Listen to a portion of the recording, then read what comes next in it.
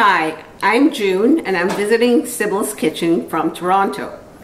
Today I'm going to teach you how to make biscuits. Beautiful, delicious biscuits. There are a few things that we have to do before we start, however. One of them is to ensure that the oven has been turned on to 425 degrees and that you have removed all your jewelry from your hands and that you're going to wash your hands. I'm going to go over now and wash my hands.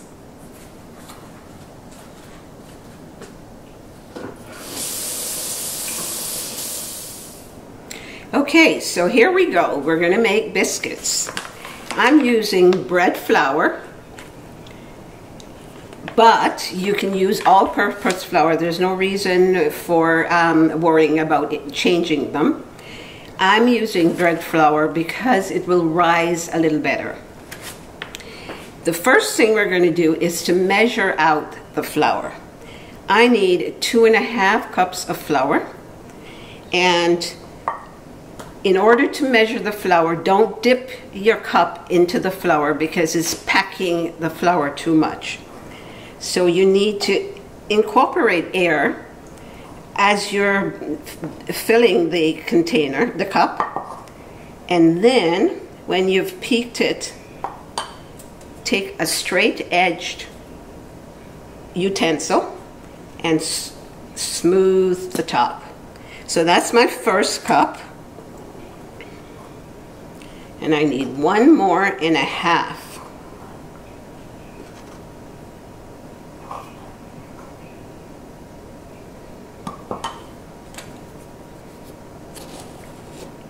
Now, different people make biscuits differently. I like to do it this way because then I know that I'm going to get the product that I want at the end. So this is my 1/2 cup, and I'm going to do the same method of piling the flour on and smoothing it off. Okay. So the next thing we do, which is the worst part for me, I hate doing this part, but I have no choice. So this is unsalted butter, 1/2 cup of unsalted butter. And what we're going to do is take a grater. If you have a box grater, that's a really good thing to have. And this is one of the reasons why you need to have clean hands, because you're going to be into your flour and your butter and all of this. So let's grate this. And the reason you do this is because the butter will be in smaller pieces, and you want to keep the butter when you make biscuits, because the butter just makes it that much more flaky. Be careful that you don't grate your finger. Woo!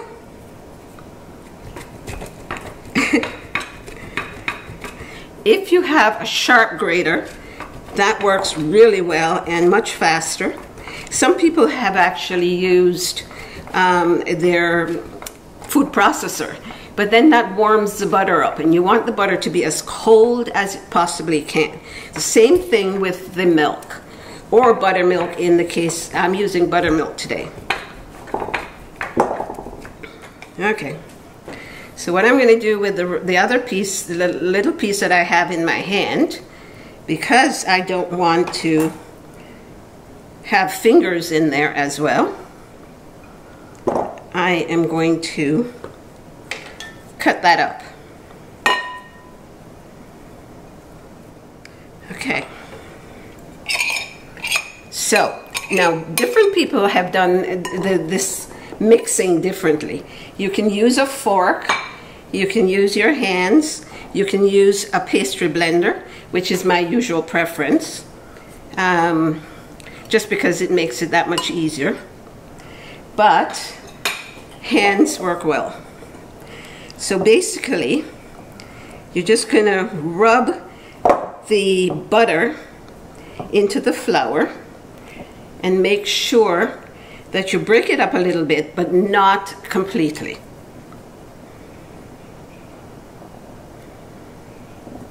You want this to resemble like cornmeal, that kind of texture.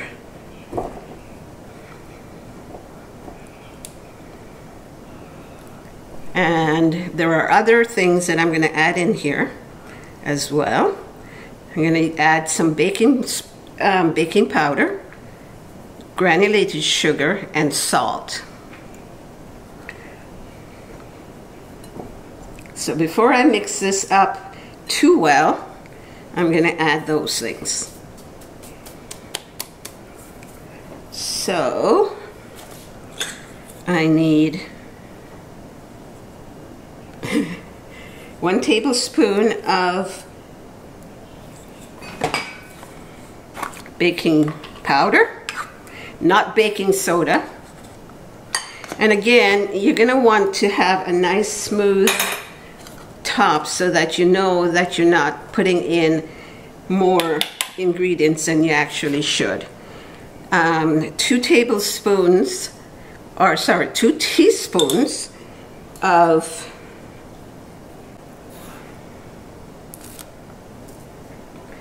and half a teaspoon of salt. Now be careful with the salt. Some people like their biscuits a little salty. I prefer to reduce the salt, but in this case I'm just going to go with it. So back to doing this.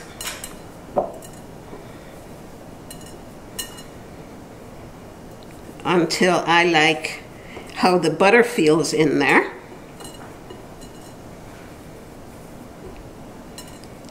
And then I'm going to add buttermilk. You can use milk, but I'm using buttermilk just because buttermilk has a acidic taste to it that just adds a little tang to the biscuits.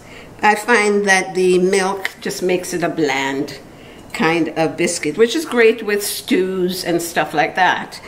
But I like the buttermilk, and it also raises better. Okay, so that's good.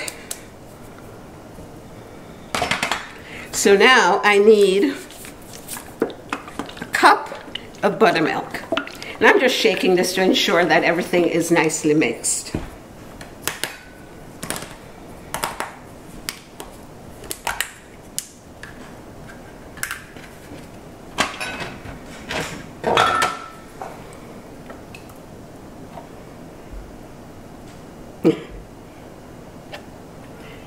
One cup of buttermilk. Now, what I like to do is make a well in the center of my flour mixture and pour in a little bit of the buttermilk. And using the rubber spatula or a fork, just whatever is your preference, start mixing it, because we're forming a dough. You might find that 1 cup is not enough, but you'll do that as you go along and determine that. We're going to, after this comes together, we're going to flour the surface, the counter, and we're going to just knead this for a little bit.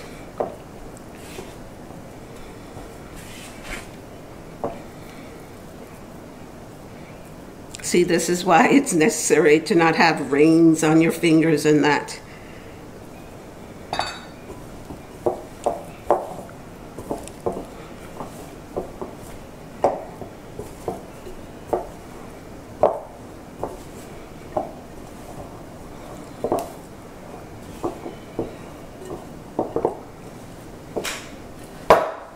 I think I'm going to add just a touch of buttermilk. And I'm not going to measure it, I'm just going to do a little drop there. I just want the dough to come together. Now, we have to get some space on the counter because I'm going to flour the counter a little.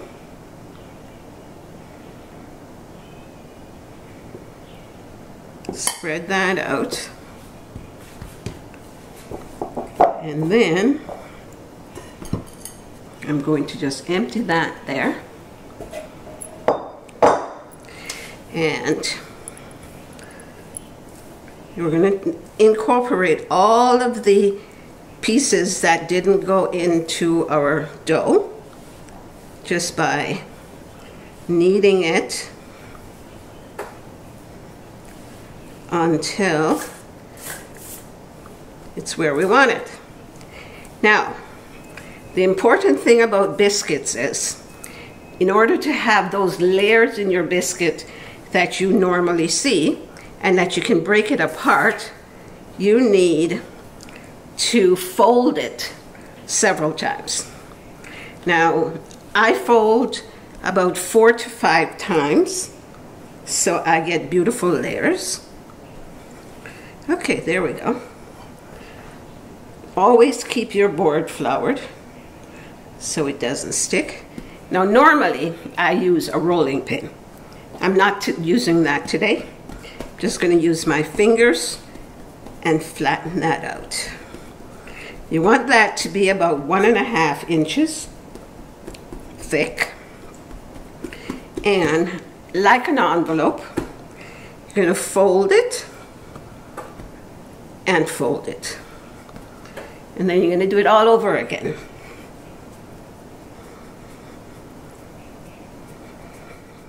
So right now I am folding, flattening out my dough, and I'm going to be folding it 4 times because that means I will have layers in my biscuits when they bake. So fold it like you would an envelope and ensure that there is enough flour on your counter so it doesn't stick. And again, using my fingers, I'm just flattening it out into a rectangle. And I'm going to fold again. Don't count how many times I do it because I'm not really checking. But I think that would have been 3.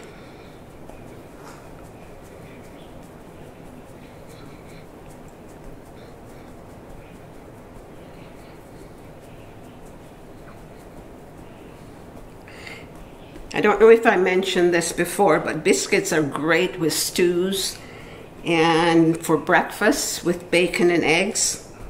You put butter on it, or you can put jam on it. And this same recipe can be made into cheese biscuits as well, just by adding some sharp cheddar cheese. You can also add some raisins and more sugar to make scones.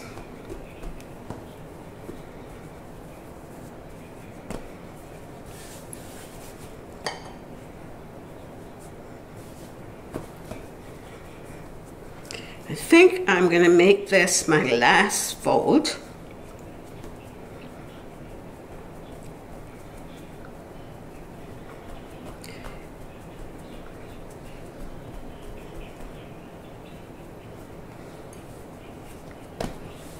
So now this should be nice and flaky when it's baked. And so now we're ready to do the cutting. So my dough is now in a rectangle and it's about 1/2 inch thick. And this is where I would use my biscuit cutters, but failing that, don't worry about running out to buy anything. I've got several lids of jars here. Several lids of jars, peanut butter, mason jar, the mason jar lid as well. And look at this guy from the blender. But this is actually the one I'm going to try and use. because it's got a nice edge and it's about the size of the biscuits I want to make. Hopefully. If it's too big, we'll go back to the peanut butter jar cover. So, the important thing about cutting your biscuits, you go directly into your dough. Do not twist. You don't want to seal the edge of your biscuits. So, you go down straight and you lift up. And then you put your biscuits on your parchment paper. I don't think we mentioned the parchment, the baking sheet with the parchment. So you need to have a baking sheet on which you've placed parchment paper.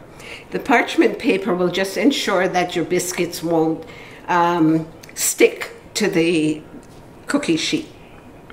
I think my biscuits are not going to give me 12 at this rate. Whoops! At this rate. So I'm going to go with the peanut butter jar.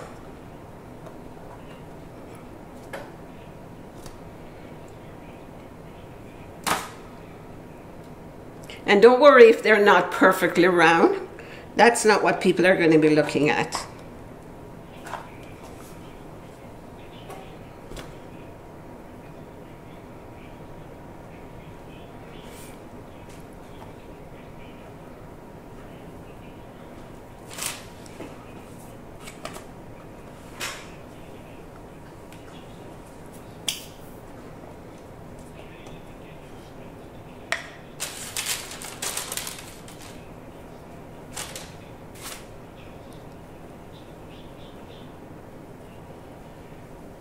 And try and not fiddle with them too much. Whoops, that one did not cut.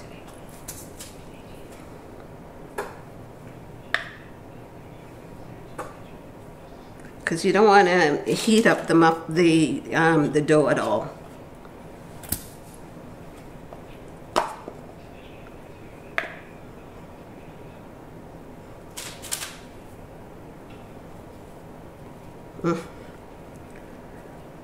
You know what's happening? The counter is not, the flour under the counter has gone away, therefore everything is sticky.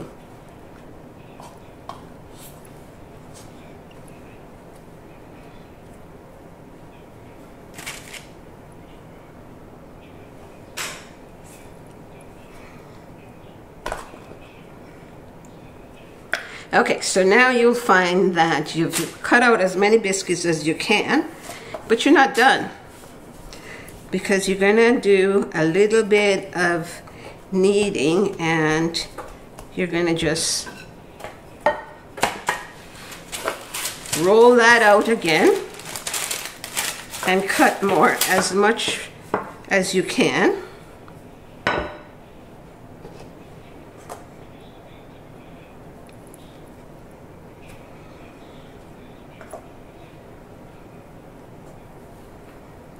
Now they say that you can do this twice and anything else is going to be tough.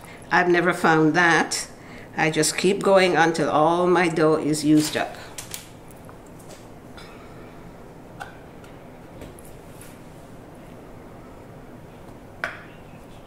And my friends in Toronto, they love my biscuits, especially when I make the cheese ones.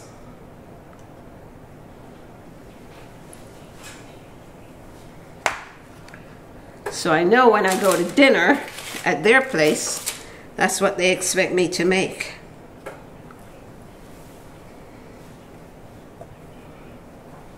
Okay, so that's about as many biscuits as I can. And what I do is I roll the rest of the dough into a little tester. And I put that on my tray, so that when they come out, I can eat that one to see how it's doing. Now, this is buttermilk, and basically all I'm going to do with the buttermilk is coat the top of each of the biscuits so that they'll brown nicely. And biscuits don't take a lot of time to bake. It's about 13 minutes or so.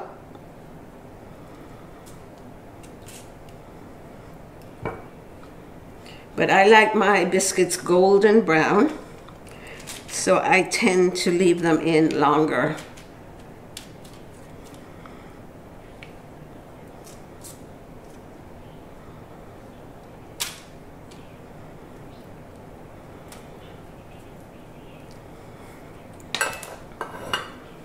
Now, so those are the biscuits, and I know they don't look like anything right now, but they'll taste beautifully when they are baked. Okay, so now the biscuits are ready for the oven, so I'm going to walk over to the oven and insert them. There is one thing I should probably have mentioned, that the rack in the oven should be in the upper third of the oven.